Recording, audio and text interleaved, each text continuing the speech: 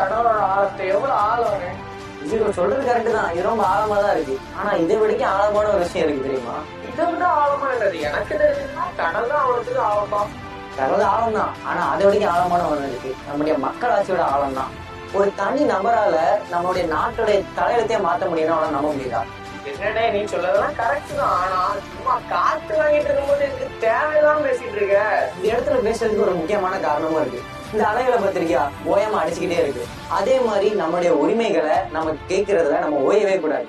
அதனாலதான் சொல்றேன், இந்த வாட்டி நம்மளுடைய குமரி மாவட்டத்துல நம்மளுடைய 100% வாக்கு கொடுக்கணும். ஒரு ஓட்டு கூட போடாம இருக்க கூடாது. சோ 100% நம்மளுடைய ஓட்டு கொடுத்துரும். எப்பா நீ கரெக்டா சொல்லியிருக்கப்பா. இந்த வாட்டி நான் கன்ஃபார்ம் ஓட்டு போட்டுட்டு தான் வீட்டுக்கே போவேன் லீவை என்ஜாய் பண்றது. அதே மாதிரி எனக்கு இதான்ப்பா ஃபர்ஸ்ட் டைம் ஓட்டுனே. நீ சொல்லிட்ட, கண்டிப்பா போட்டுட்டு தான் போறேன். மறக்காம ஏப்ரல் 23 எல்லாரும் ஓட்டு போட்டுருங்க.